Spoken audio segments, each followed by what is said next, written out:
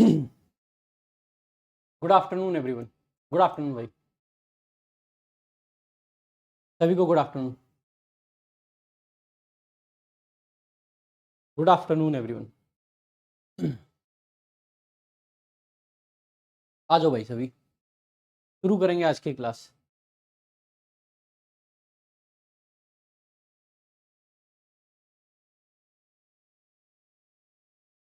सभी को good afternoon.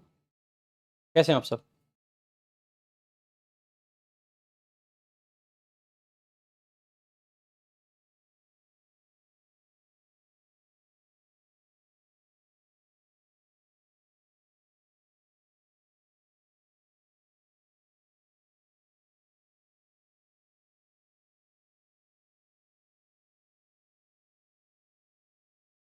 चलो भाई, आज क्लास की आज टेंस की क्लास नंबर 14 है।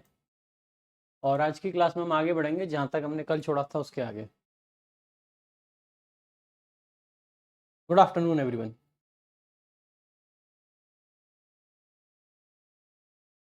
भाई मंडे से मॉर्निंग वाली क्लास जो होगी वो रेगुलर होगी अब, मंडे से 100%।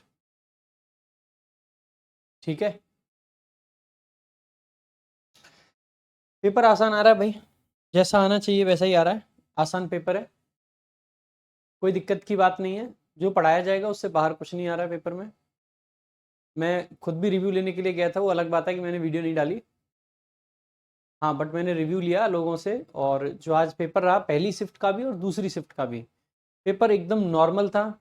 सारे वोकैब के क्वेश्चन नॉर्मल थे, ग्रामर एकदम नॉर्मल थी, क्लोज टेस्ट भी नॉर्मल था। कुछ बाहर से नहीं आ रहा है। ठीक है, कुछ बाहर से नहीं आ रहा है, सब कुछ एकदम नॉर्मल आ रहा है। ठीक है भाई।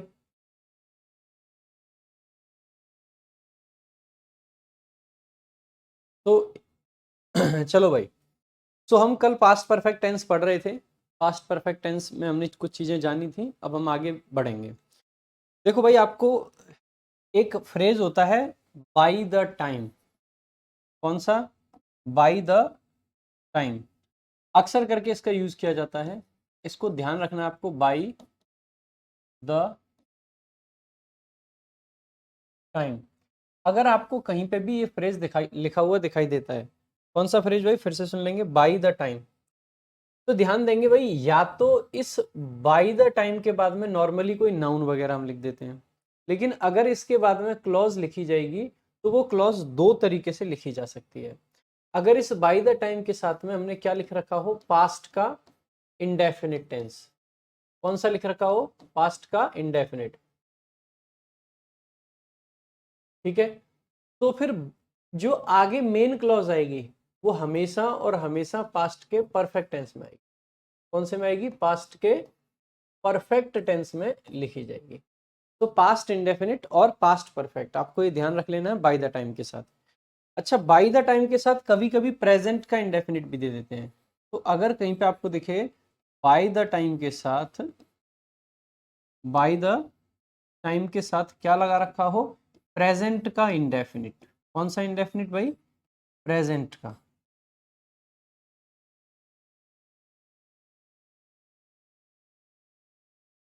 तो जो आगे क्लॉज आएगी इसमें हमेशा और हमेशा जो टेंस आएगा that will be future perfect. तो फ्यूचर का परफेक्ट टेंस यहाँ पे लिखा जाएगा। तो आपको दो स्ट्रक्चर फिक्स्ड है, याद रख लेने हैं। बाय द टाइम के साथ में जो क्लॉज आती है वो पास्ट इंडेफिनिट में है, तो आगे फ्यूचर मतलब पास्ट का परफेक्ट। और अगर ये प्रेजेंट इंडेफिनिट में है तो आगे आपका फ्यूचर का परफेक्ट आएगा। इस पर क्वेश्चन किस तरीके से आते हैं वो आपको अभी मैं समझा देता हूँ। ठीक है, पहले ये चीजें नोट कर लेंगे।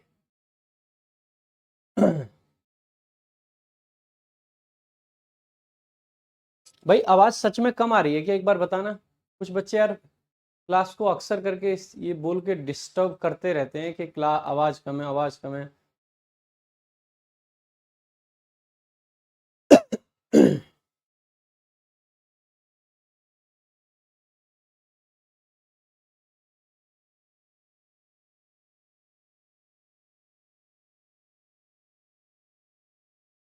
जल्दी जल्दी जल्दी जल्दी बताएंगे भाई। एक बार कि क्या सच में आवाज कम है? देखो सारे कह रहे हैं कि नो सर आवाज एकदम सही है। और कुछ बच्चे इतना कमेंट करते हैं कि आवाज नहीं आ रही, आवाज नहीं आ रही, पूरा ना मेरे को सामने सिर्फ उन्हीं का कमेंट दिख रहा होता है। इससे फ्लो टूटता है यार, समझा करो कम से कम। जब आवाज ठीक है, सारे बच्चों को ठीक आ रही है, तो आपको ही ऐसा क्या इशू हो जाता है अलग से कुछ लोगों को? फ्लो टूटता है उससे पढ़ाने का। आ जाओ, अब देखो इस पे कुछ एग्जांपल्स देखते हैं। जैसे कि हमने पहला एग्जांपल लिखा, by the time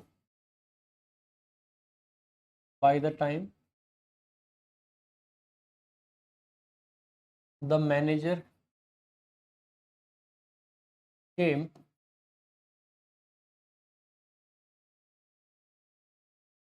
he completed the work he completed the work। दूसरा सेंटेंस देखेंगे, ये पहला था, दूसरा question, the train left by the time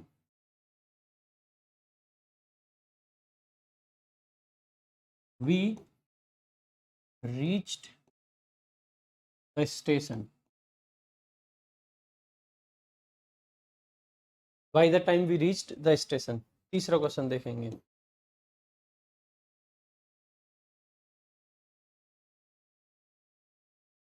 by the time the sun, या फिर by the time your mother will come back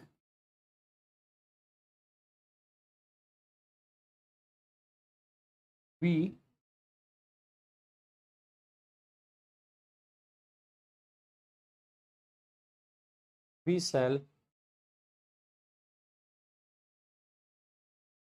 shall have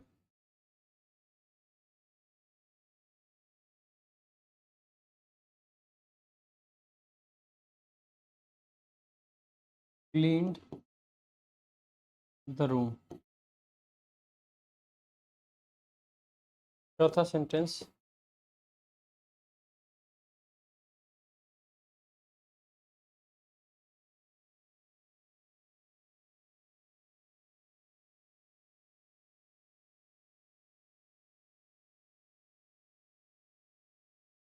I will write my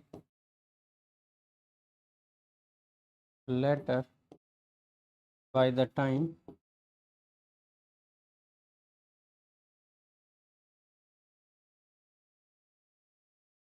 the teacher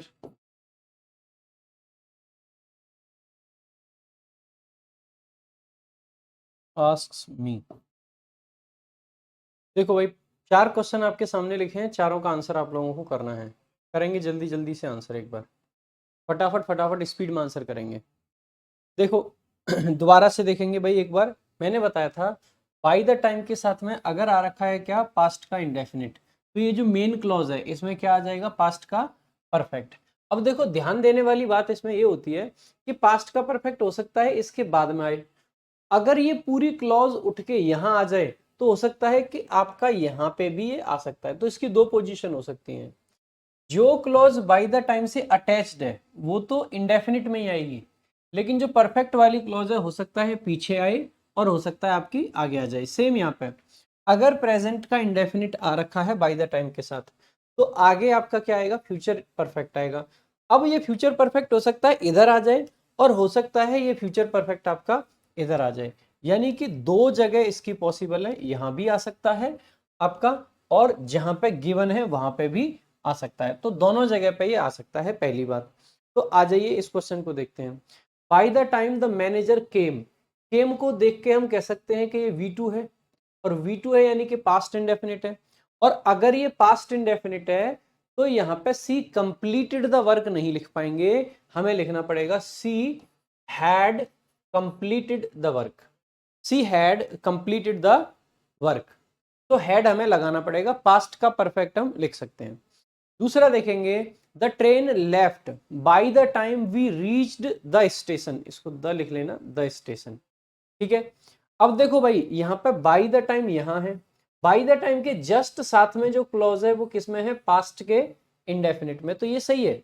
लेकिन जो मेन क्लॉज है वो कहाँ किस में आनी चाहिए, अब की बार यहाँ पीछे ना देके मेन क्लॉज को कहाँ लिख दिया है, आगे लिख दिया है। So the train had left, क्या लिखेंगे भाई, the train had left by the time we reached the station, जब तक हम स्टेशन पहुंचे ट्रेन छूट चुकी थी। आगे देखेंगे, bye the time your mother will come, एक इस तरीके से भी क्वेश्चन आएगा कि जो बाय द टाइम के साथ में क्लॉज दे रखी है उसमें एसएससी सेल या विल लगा के देगा। सो विल कम नहीं लिखना है, हमें पास्ट का मतलब प्रेजेंट का इंडेफिनिट लिखना है, फ्यूचर का इंडेफिनिट हम नहीं लिख सकते, फ्यूचर का इंडेफिनिट हम नहीं लिख सकते, तो हम लिखेंगे by the time your mother comes back we shall have cleaned the room, we shall have cleaned the room. देखो I will write my letter by the time, अब देखो बाय द टाइम के साथ क्या लगा रखा है, प्रेजेंट का indefinite tense, the teacher asks me, जब तक टीचर मुझे पूछेगा मैं आपका ये जो पत्र है उसको लिख दूंगा, ठीक है। सो आई विल राइट नहीं लिख सकते, इधर आपको लिखना पड़ेगा I will have written, perfect tense की आपको जरूरत पड़ती है, परफेक्ट टेंस की जरूरत पड़ती है, सो आई विल हैव रिटन। तो भाई इस तरीके के क्वेश्चन बाय द टाइम से भी आपके एग्जाम में पूछे जा सकते हैं, ठीक है, इस तरीके के क्वेश्चन भी आपके एग्जाम में आ सकते हैं। आगे बढ़ेंगे भाई, नेक्स्ट बाय द टाइम से ऐसे क्वेश्चन आते हैं। उसके अलावा और देखेंगे भाई कुछ वर्ड, जैसे कि ये ऑलरेडी जो शब्द है ना, ये सामान्यतः आपका परफेक्ट टेंस में ही आता है, क्या आपका ऑलरेडी, ऑलरेडी को सामान्यतः हम परफेक्ट टेंस में ही लिखते हैं। तो जैसे मैंने लिखा सी ऑलरेडी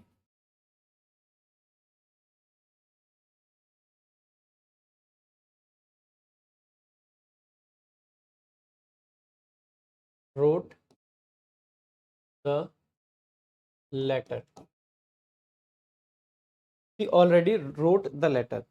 तो ध्यान देंगे भाई, अगर ऑलरेडी हम लिख रहे हैं तो ऑलरेडी के साथ में हमें परफेक्ट टेंस की जरूरत पड़ती है, तो she had already written the letter. उसके अलावा एक क्वेश्चन जैसे कि अभी रिसेंटली एग्जाम में आया था, the train had already been leaving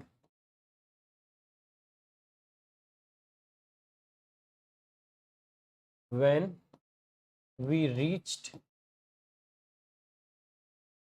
the station। तो ध्यान देंगे भाई, ये जो ऑलरेडी हमने लिखा है इसके साथ में हम क्या लिखते हैं, परफेक्ट टेंस, क्या लिखते हैं, परफेक्ट टेंस लिखा जाता है। प्रेजेंट का, पास्ट का और फ्यूचर का दोनों आपके आ सकते हैं, मतलब तीनों आपके आ सकते हैं।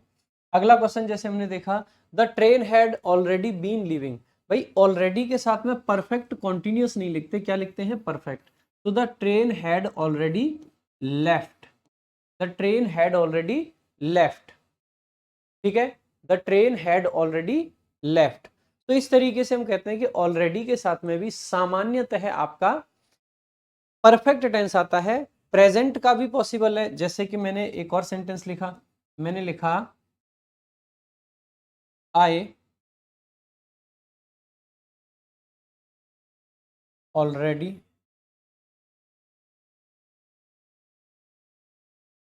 I already takes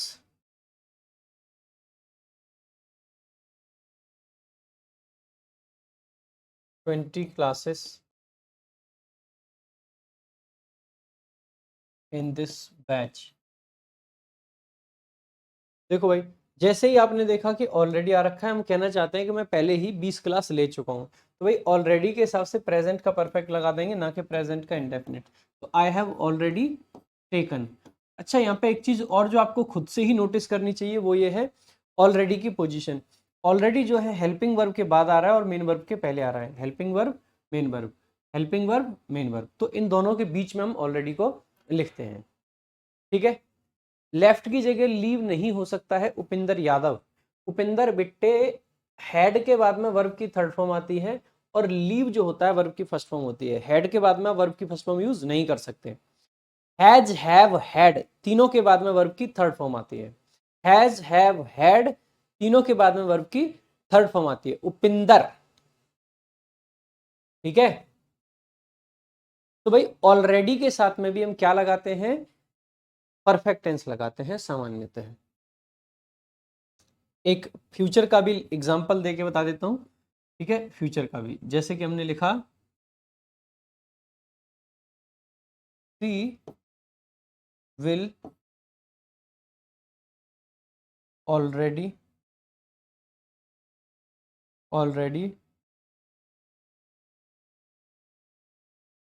complete the work when her teacher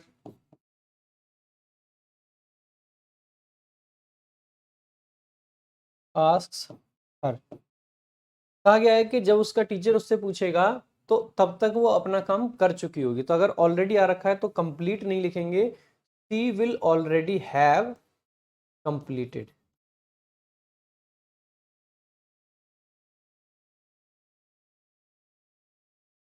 completed इस तरीके से।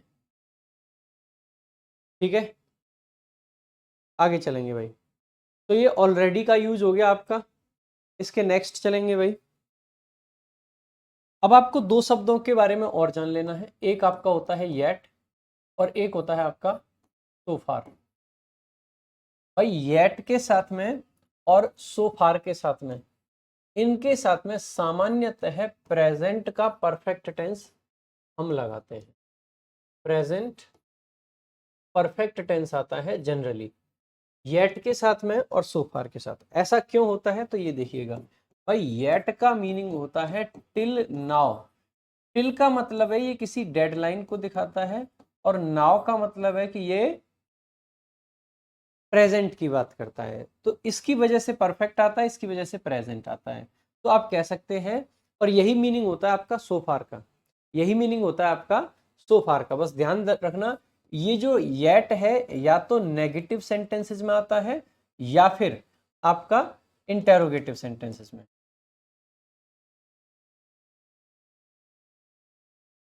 ठीक है, तो it is used in negative और इंटेरोगेटिव।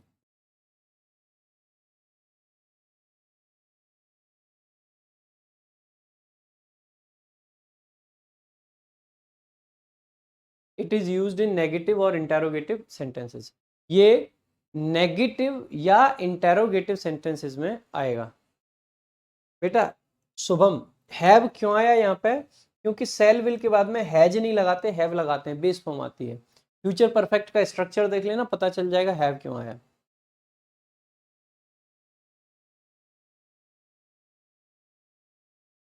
और बेटा यहाँ पे आस्क्ड नहीं आएगा, पास्ट का नहीं लिखते हैं, प्रेजेंट लिखते हैं फ्यूचर को दिखाने के लिए। ये सब चीजें बताऊंगा। हर्षिता,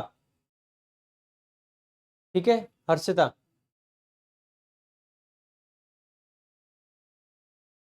आगे देखेंगे भाई। तो it is used in negative और इंटेरोगेटिव सेंटेंसेस, येट का प्रयोग। अब सो फार के बारे में अगर आपको जानना है तो सो फार का मतलब होता है बेसिकली कोई काम अब तक। ठीक है, मैंने कहा आई हैव बॉट 20 पेन्स सो फार, मैं अब तक 100 पेन या 20 पेन खरीद चुका हूं। तो सो फार बेसिकली क्या दिखाता है, टिल नाउ का ही सेंस देता है। सो फार भी बेसिकली किसका सेंस देता है, टिल नाउ का। बट ये आपका नेगेटिव सेंटेंसेस में आ सकता है, तो it can be used in negative. उसके अलावा क्वेश्चन मार्क यानी इंटेरोगेटिव, और उसके अलावा अफर्मेटिव यानी कि पॉजिटिव। ये हर तरीके के सेंटेंसेस में आ सकता है। ठीक है, तो वो सिर्फ नेगेटिव और इंटेरोगेटिव में आता है येट, और सो फार आपका सब में आ सकता है, हर एक में पॉसिबल है। ठीक है, आ जाइए भाई। एग्जाम्पल्स जैसे किस तरीके के क्वेश्चन पूछे जाते हैं, जैसे मैंने लिखा पहला एग्जाम्पल, मैंने लिखा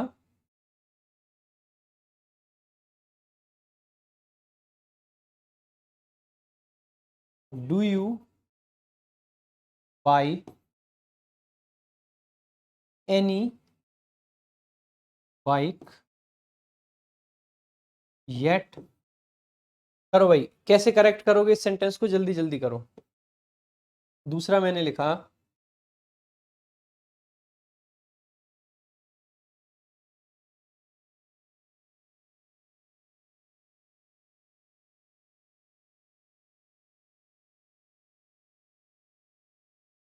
जल्दी जल्दी आंसर करेंगे। हाँ सचिन भाई, एकदम सही कह रहे हैं। करो भाई, कैसे सही करोगे इस सेंटेंस को।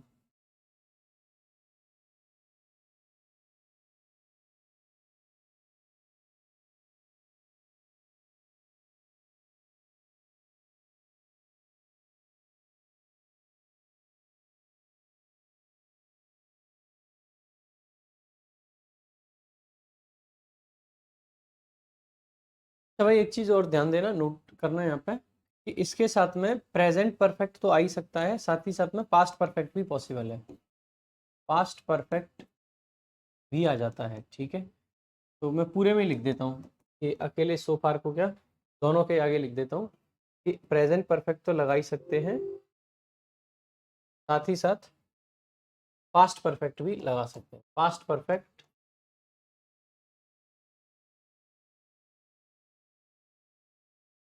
ऑल्सो पॉसिबल, पास्ट परफेक्ट भी पॉसिबल होता है,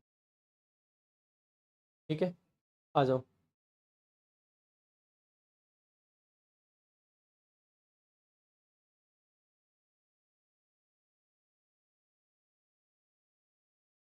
I have met I have met 100 people in the town so far। देखो भाई, पहला सेंटेंस जैसे ही आप देखोगे तो आप पाओगे येट आ रखा है भाई। येट के साथ में आपको क्या लिखना होता है, येट के साथ में परफेक्ट टेंस, हमने कौन सा लिख दिया, इंडेफिनिट टेंस। तो इंडेफिनिट नहीं आएगा, परफेक्ट आएगा। सो हैव यू बॉट आपको लिखना पड़ेगा। Have you bought any bike yet, क्या आपने अब तक कोई भी बाइक खरीदी है। दूसरा है I have met 100 people in the town so far, अब तक मैं इस टाउन में 100 लोगों से मिल चुका हूं। सो फार के साथ में परफेक्ट टेंस लगा रखा है, सही है, इसका मतलब है नो एरर, आपका ये सेंटेंस हो जाएगा, ठीक है। भाई डिड यू बाई नहीं लिख सकते हैं, हैव यू बॉट लिखना पड़ेगा, ठीक है। अगर यहाँ पर डिड यू बाई लिखा होता तो भी गलत होता, क्योंकि येट के साथ में परफेक्ट टेंस आता है, ना कि इंडेफिनिट। इंडेफिनिट टेंस आपका पॉसिबल नहीं होता है, इंडेफिनिट टेंस आपका पॉसिबल नहीं होता है येट के साथ और सो फार के साथ।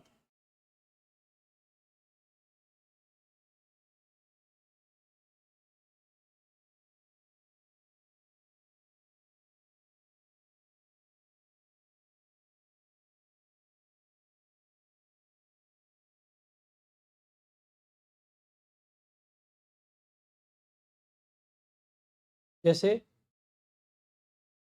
they did not lose a match, so far भी लिख सकते हैं, नेगेटिव सेंटेंस है, और yet भी लिख सकते हैं। बताओ भाई, क्या सही आंसर होगा। दूसरा मैंने लिखा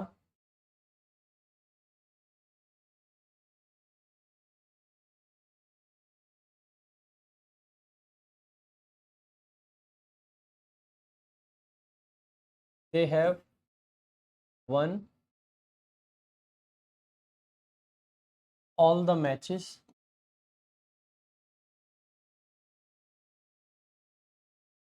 yet। तीसरा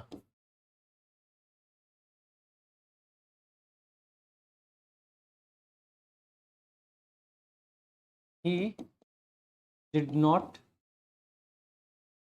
he did not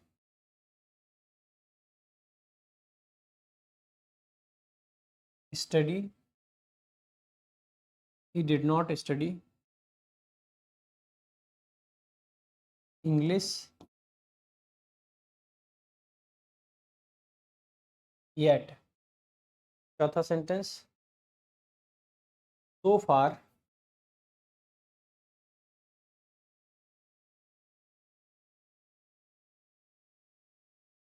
nothing worked. चलो भाई, 4 क्वेश्चन आपके सामने, चारों का आंसर करेंगे। ठीक है, देखो पहला क्वेश्चन देखेंगे भाई। सबसे पहला क्वेश्चन आपने देखा, they did not lose a match so far या फिर येट। देखो भाई, सो फार भी आ सकता है, येट भी आ सकता है, क्योंकि सेंटेंस कैसा है, नेगेटिव। लेकिन आपका टेंस जो आएगा वो पास्ट का इंडेफिनिट नहीं आएगा, आपका टेंस जो आएगा वो कौन सा आएगा, प्रेजेंट का परफेक्ट। तो they haven't lost, they haven't lost a match so far या they haven't lost a match yet। so they haven't lost a match yet या they haven't lost a match so far। दूसरे question का answer करेंगे भाई।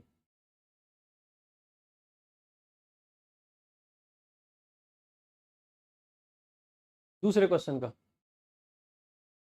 अब देखो भाई, they have one all the matches yet. आपको येट के बारे में बताया था कि येट या तो नेगेटिव में आता है और या फिर आपका इंटेरोगेटिव में आता है। क्या ये सेंटेंस नेगेटिव है? नहीं, ये सेंटेंस नेगेटिव नहीं है। क्या ये सेंटेंस इंटेरोगेटिव है? बिल्कुल नहीं है, ये क्वेश्चन भी नहीं है। इसका मतलब है कि येट इसमें यूज नहीं किया जा सकता, इसमें आपको क्या लगाना पड़ेगा, सो फार। तो they have won all the matches so far, they have won all the matches so far. अच्छा, अब ये मत करना कि येट को देख के सेंटेंस को नेगेटिव कर दो, नहीं, सेंटेंस में नॉट अपनी तरफ से नहीं लगाओगे। ठीक है, आगे देखेंगे भाई। तीसरा question, he did not study English yet. भाई जैसे ही आपने येट देखा तो आप पाओगे कि इंडेफिनिट टेंस नहीं आता है, आपको लगाना पड़ेगा परफेक्ट टेंस। तो he hasn't studied, he hasn't studied English yet. अब येट इसमें करेक्ट है क्योंकि सेंटेंस आपका नेगेटिव है। सो फार नथिंग वर्कड, सो फार नथिंग वर्कड। सो फार को देखा आपने, अब देखो सो फार लास्ट में भी आ जाता है, सो फार स्टार्टिंग में भी आ जाता है, इवन सो फार आपका बीच में भी आ जाता है, हर जगह आ सकता है सो फार। येट सामान्यतः लास्ट में ही आता है, येट सामान्यतः लास्ट में ही आता है। ठीक है,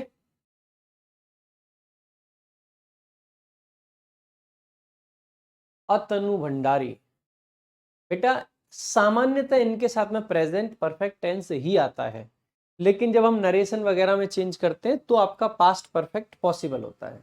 और येट के साथ में तो 99% मान के चलिए कि आपका प्रेजेंट परफेक्ट ही आएगा, पास्ट परफेक्ट को भी आपको अवॉइड करना है। अगर पास्ट परफेक्ट दे रखा हो तो नो एरर मार्क कर देना, लेकिन सामान्यतः 99% केसेस में प्रेजेंट परफेक्ट ही आता है। भाई तीसरे को इंटेरोगेटिव क्यों बनाओगे जबरदस्ती, जब सेंटेंस इंटेरोगेटिव है ही नहीं तो इंटेरोगेटिव क्यों बनाना है। देखो सो फार अगर आ रखा है तो पास्ट का इंडेफिनिट टेंस नहीं आ सकता है, प्रेजेंट का परफेक्ट ही लगाने पड़ेगा। सो नथिंग हैज वर्कड, तो सो फार नथिंग हैज वर्कड। हैवंट क्यों आया है, क्योंकि बेटा डिड नॉट की जगह पे हैव नॉट लगा देना दे के हिसाब से, इसीलिए आया है। भाई पास्ट परफेक्ट, मैं फिर कह रहा हूं पास्ट परफेक्ट मत लगाओ, मैंने सिर्फ ये लिखा है past perfect also possible. Past perfect possible है, लेकिन 99% केसेस में आप पाओगे कि यही आएगा, प्रेजेंट परफेक्ट। बार बार एक ही बात तो कह रहा हूं, बार बार एक ही बात तो कह रहा हूं कि पास्ट परफेक्ट पॉसिबल है, लेकिन 99% चांसेस है कि आपका प्रेजेंट परफेक्ट ही आता है, 99% प्रेजेंट परफेक्ट ही आता है। पास्ट परफेक्ट बहुत रेयर है, बहुत रेयर।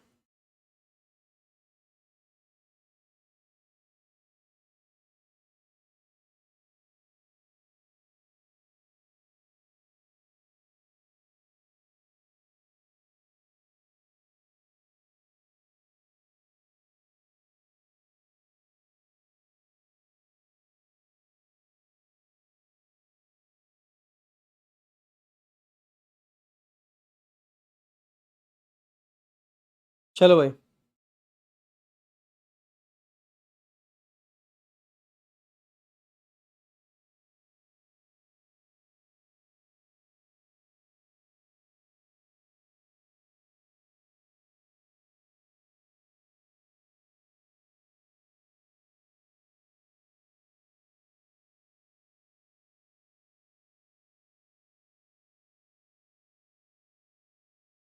और ज्यादा डाउट आ रहा है तो हम ये भी कर सकते हैं, इसको हटा ही देते हैं। लो भाई, और खुश रहो कि पास्ट परफेक्ट लगाओ ही मत आप। ठीक है, अब और खुश रहो, बस हटा ही दिया मैंने।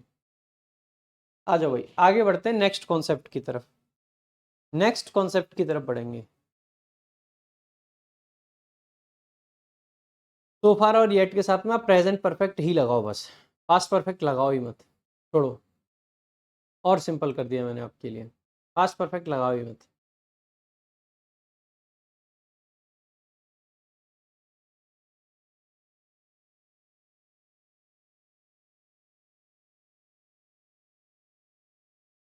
चंद्रयान 3 की लॉन्चिंग है, बिल्कुल।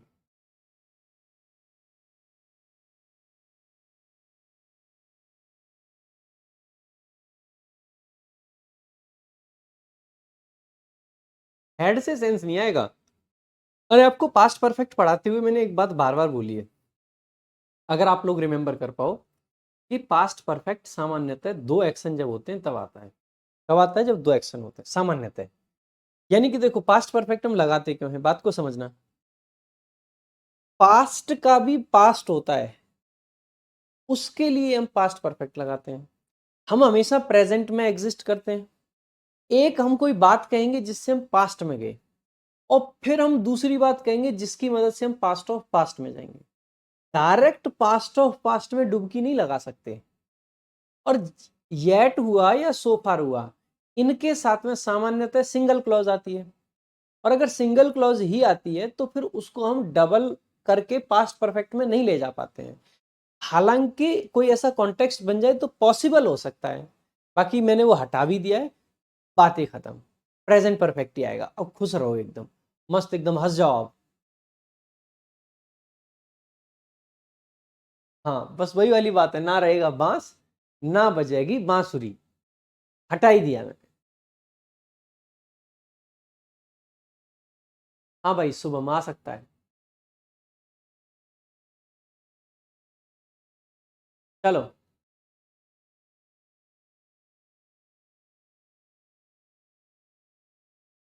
नहीं आएगा भाई उज्जवल। मैं तो सेफ साइड खेलना चाह रहा था इसीलिए लिख दिया था, बट ठीक है, कोई बात नहीं। चलो भाई, आगे देखेंगे। नेक्स्ट देखेंगे भाई, कुछ आपके शब्द होते हैं। अब देखो भाई, अब हमें यहाँ पे पढ़ना है present perfect versus past indefinite. Present perfect में और पास्ट इंडेफिनिट में बेसिकली क्या अंतर है, ये हमें अभी जानना है। प्रेजेंट परफेक्ट और पास्ट इंडेफिनिट में क्या डिफरेंस है,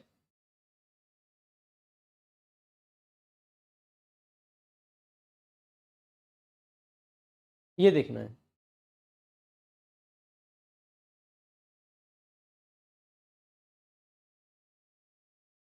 देखो भाई, बहुत सिंपल सी बात है। प्रेजेंट परफेक्ट में हम कौन से एक्शंस लिखते हैं, देखो बात को सुनना पहले, और फिर लिख भी दूंगा, समझा भी दूंगा, है ना।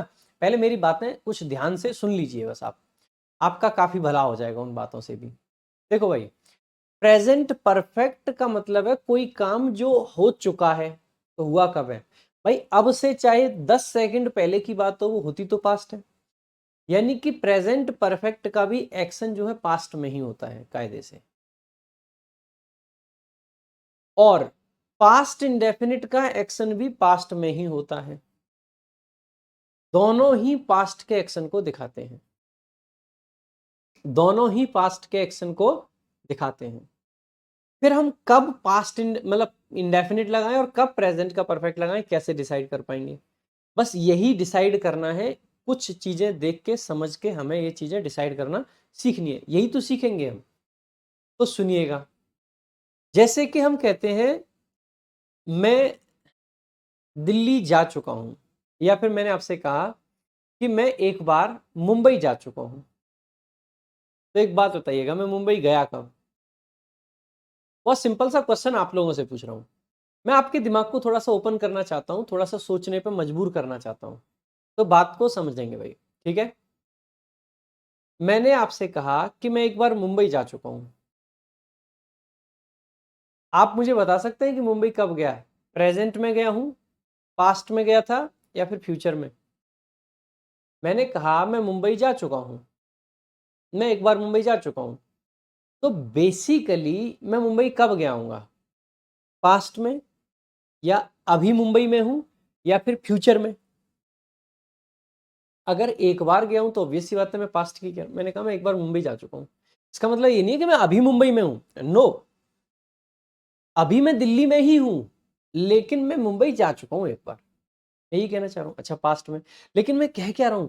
जा चुका हूं, और मैं आपको बता चुका हूं चुका हूं, चुकी है, चुके हैं, ये सब आपके प्रेजेंट के परफेक्ट होते हैं, और हम कहते हैं I have been to Mumbai once, मैं मुंबई एक बार गया हूं। तो हम प्रेजेंट परफेक्ट क्यों लगाते हैं?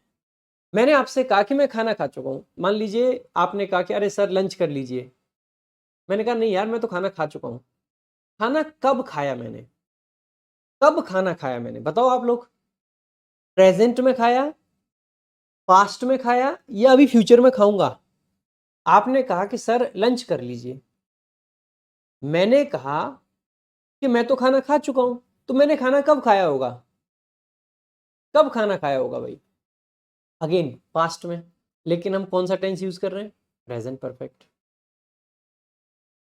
यही तो कह रहे हैं, खा चुका हूं, चुका हूं मतलब प्रेजेंट का परफेक्ट। तो फिर कैसे डिसाइड करें कि कौन से एक्शन को प्रेजेंट परफेक्ट में लिखना है और कौन से एक्शन को पास्ट इंडेफिनिट में लिखना है, क्योंकि दोनों ही बेसिकली पास्ट से ही रिलेट करते हैं। देखो भाई, बहुत सिंपल सी बात है, प्रेजेंट परफेक्ट हम तब लगाते हैं जब कोई ऐसा एक्शन हो जो हुआ तो पास्ट में हो, जो अभी रिसेंट पास्ट में हुआ हो, और उसका इफेक्ट आज तक आप पे हो। ऐसा एक्शन जिसकी रेलेवेंस पास्ट में है, मतलब प्रेजेंट में है, पास्ट का ऐसा एक्शन जिसका इफेक्ट प्रेजेंट में है, जिसकी वैल्यू प्रेजेंट में है, वो प्रेजेंट परफेक्ट में लिखा जाता है। बात समझे? तो इस बात को नोट कर लेना कि मैं हिंदी में भी लिख दूंगा, इंग्लिश में भी, दोनों लैंग्वेज में, तो घबराना मत। सच पास्ट एक्शंस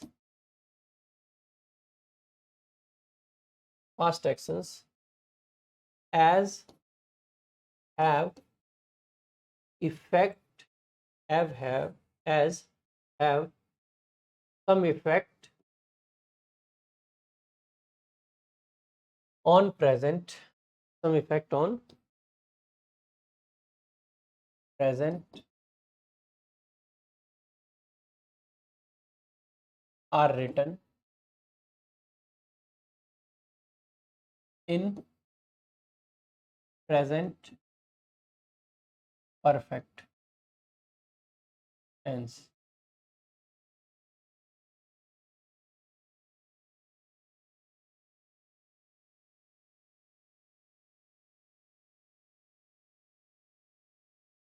पास्ट के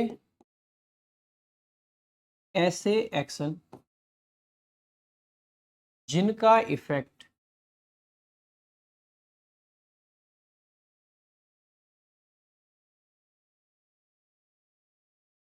प्रेजेंट में होता है, प्रेजेंट परफेक्ट में लिखे जाते हैं। प्रेजेंट परफेक्ट में लिखे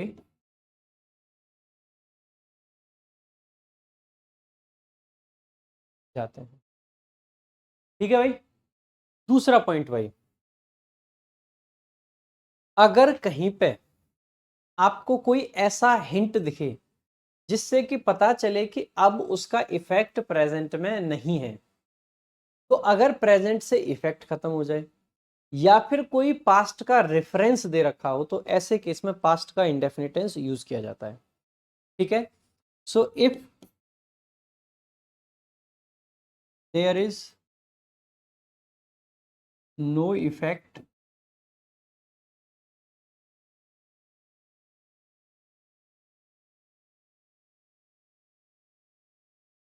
on present, if there is no effect on present, or there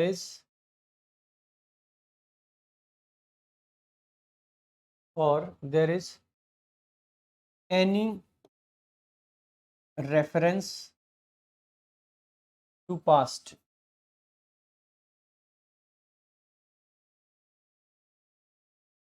to the past,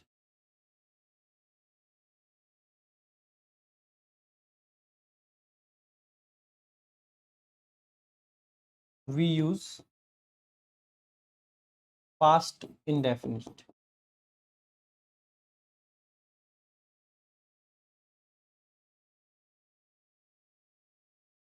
तो हम past tense, past indefinite tense का प्रयोग करते हैं भाई।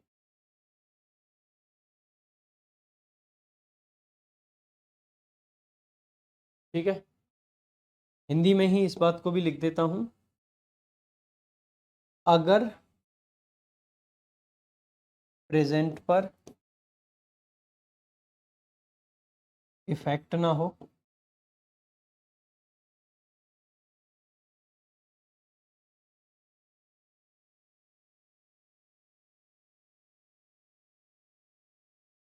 या पास्ट का कोई रेफरेंस दिया हो,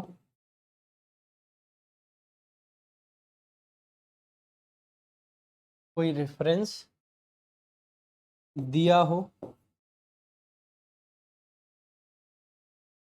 तब पास्ट इंडेफिनिट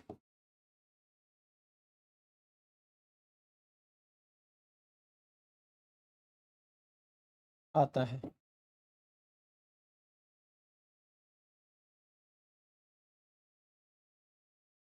ठीक है भाई, तो पास्ट इंडेफिनिट आता है।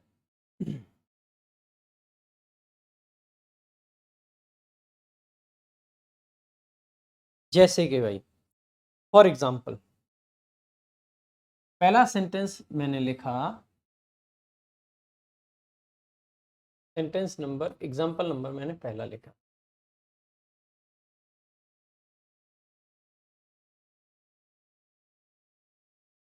आई completed my work just now, पहला सेंटेंस। और दूसरा सेंटेंस मैंने लिखा, आई कंप्लीटेड माई वर्क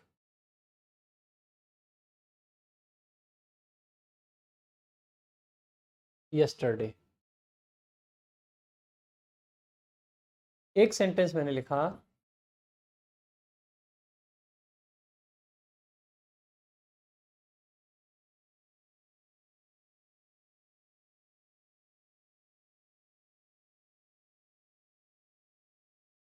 एक सेंटेंस मैंने फिल इन द ब्लैंक बनाऊंगा, I dash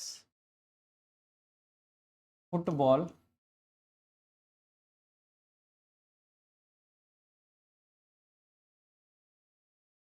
football in my life. अब आपको बताना है, इसके ऑप्शंस हैं, आई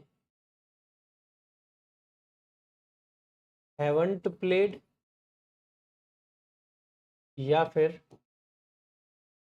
डिड नॉट प्ले। क्या आना चाहिए भाई, हैवंट प्लेड या डिड नॉट प्ले? तीसरा चौथा, नॉट तीसरा। Fourth question, I visited her house 2 times in July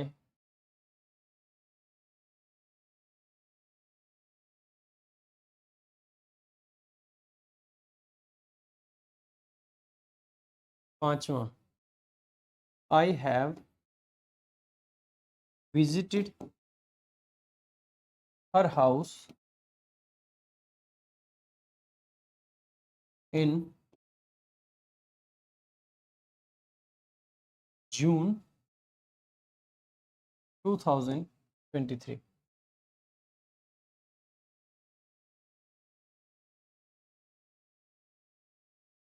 question number 6, I bought a car recently। I bought a car recently। चलो भाई, 5-6 क्वेश्चन है आपके सामने, 6 के 6 क्वेश्चन का आंसर करेंगे। पहला क्वेश्चन आपने देखा, आई completed my work just now. भाई ध्यान देना, जस्ट नाउ अगर आ गया है ना, तो जस्ट नाउ के साथ में आप 99% क्या 100% मान के चलो कि आप प्रेजेंट का परफेक्ट टेंस ही लगाओगे। ठीक है, तो ध्यान रखना भाई, कुछ वर्ड्स में यहाँ पे लिख रहा हूँ एक लिस्ट, इनके साथ में सामान्यतः प्रेजेंट परफेक्ट आता है। तो अगर कहीं पे जस्ट आ जाए या आपका जस्ट नाउ आ जाए, जस्ट आ जाए, जस्ट नाउ आ जाए, सो फार आ जाए, या फिर आपका येट आ जाए, ये मैं ऑलरेडी पढ़ा चुका हूँ, है ना, दोनों। उसके अलावा रिसेंटली आ जाए, या आपका लेटली आ जाए, या आपका ऑफ लेट आ जाए, ईटीसी। इन शब्दों के साथ में सामान्यतः कौन सा टेंस आता है? प्रेजेंट परफेक्ट टेंस आपका आता है। कौन सा आता है? Present perfect.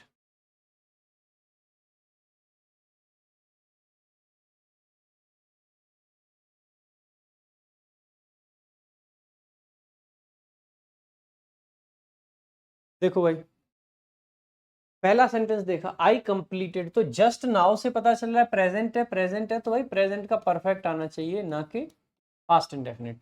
तो I have completed my work just now, I have completed my work just now. दूसरा, I completed my work yesterday.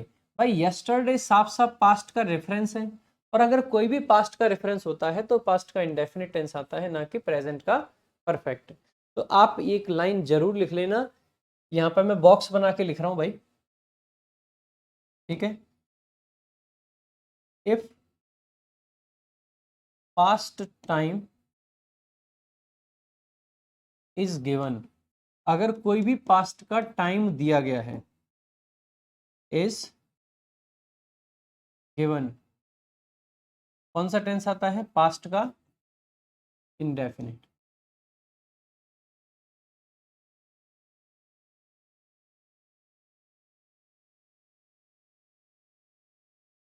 Past indefinite आता है, ठीक है।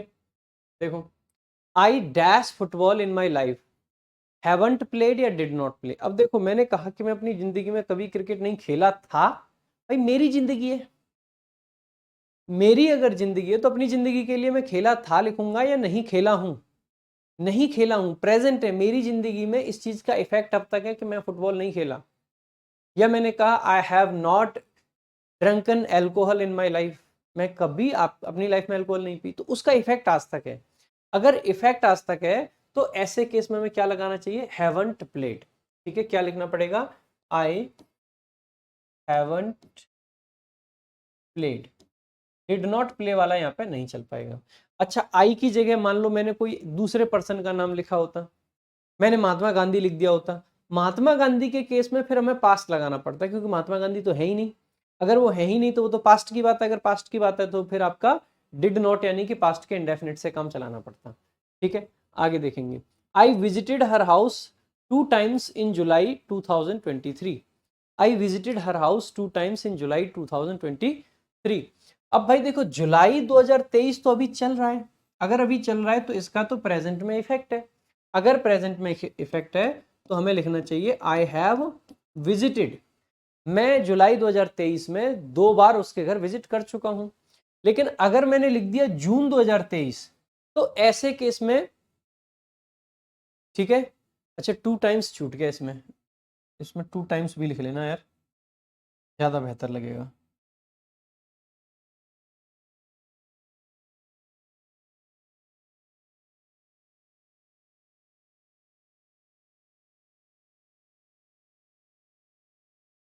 ठीक है,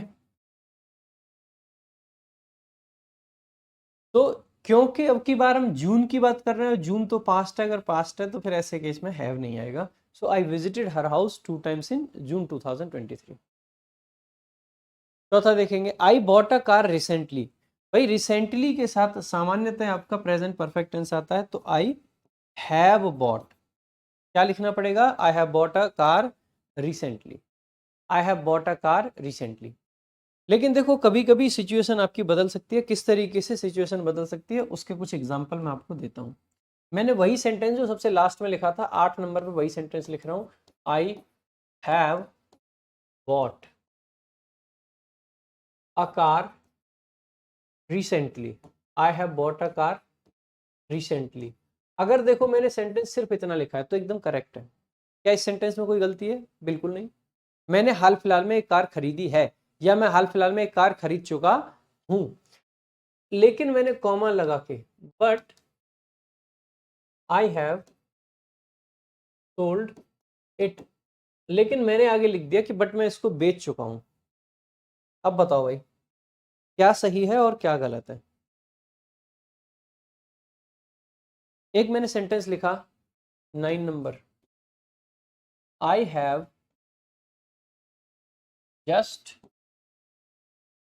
closed the window.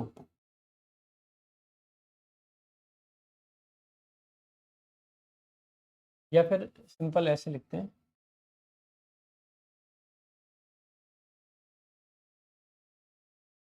I just closed the window.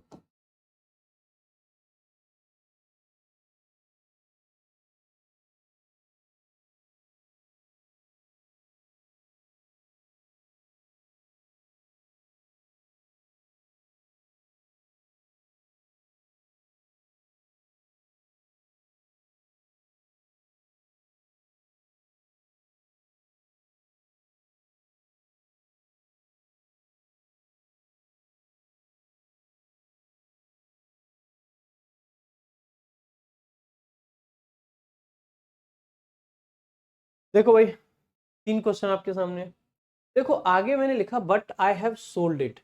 जो चीज मैंने खरीदी थी वो अगर मैंने बेच दी, जो चीज मैंने खरीदी थी अगर वो मैंने बेच दी तो इसका सिंपल सा मतलब है कि उसका इफेक्ट ही खत्म हो गया।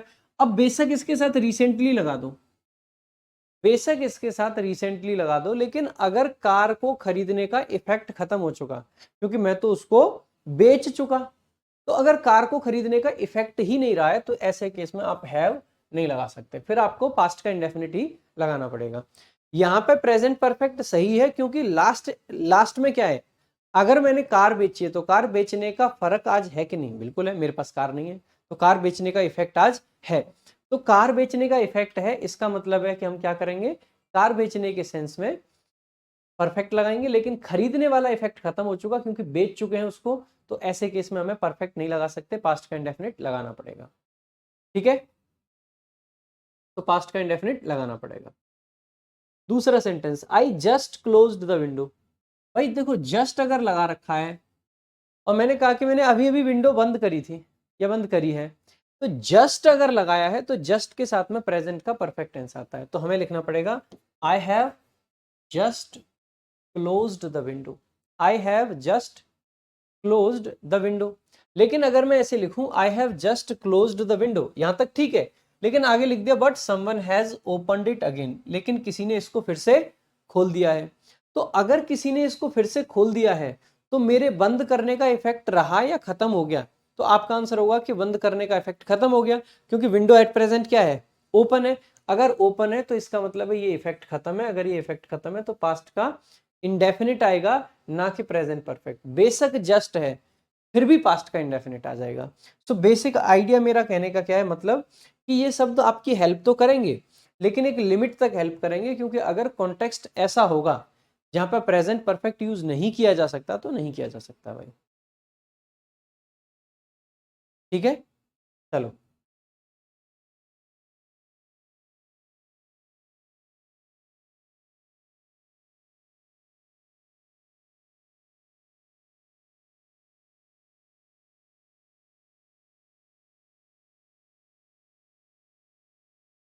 ऐसे ही मैंने लिखा।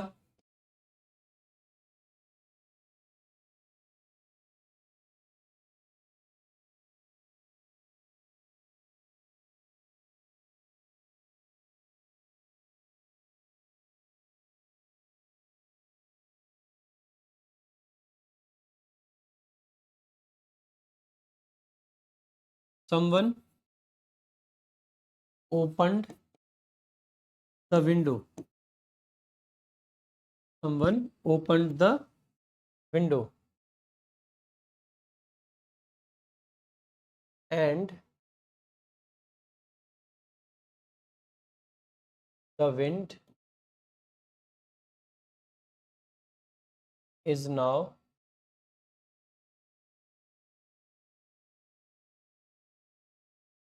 disturbing everyone। देखो भाई, हमने कहा किसी ने खिड़की खोली और अब हवा सभी को परेशान कर रही है। सेंटेंस को समझने का प्रयास करना भाई। अगर जो विंड है वो सभी को परेशान कर रही है, डिस्टर्ब कर रही है, the wind is disturbing everyone, सबको डिस्टर्ब कर रही है, तो मैं कह सकता हूं कि खिड़की के खोलने का असर यह है कि हवा सबको परेशान कर रही है।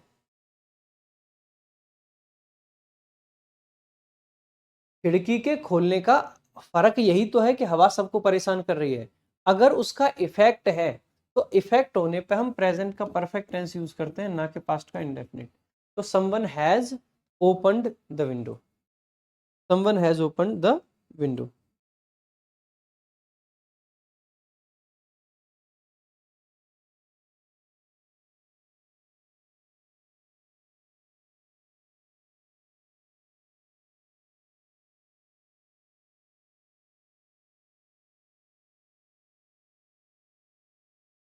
चलो भाई,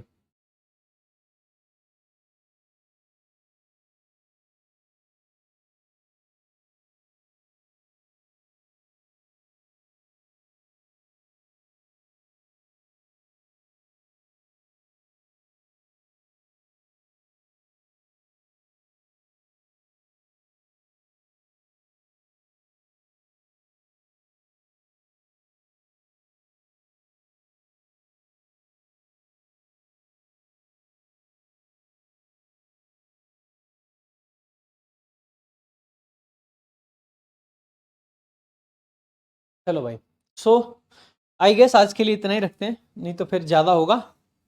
बाकी इसके आगे कल कंटिन्यू करेंगे। मुझे लगता है अगली 3 क्लास के अंदर आपका टेंस कंप्लीट हो जाएगा। ठीक है, अगली 3 क्लास के अंदर टेंस कंप्लीट हो जाएगा। उसके बाद मैं काफ़ी सारी प्रैक्टिस कराऊंगा। जितना अब तक पढ़ाया है उस पर आपको प्रैक्टिस सीट मिल जाएगी आज शाम को। ठीक है, जितना भी अब तक पढ़ाया है सबकी एक प्रैक्टिस सीट मिक्स्ड मिल जाएगी आज शाम को। तो आज के लिए सिर्फ इतना ही, मिलेंगे अगली क्लास में। Thank you so much. जय हिंद, जय भारत।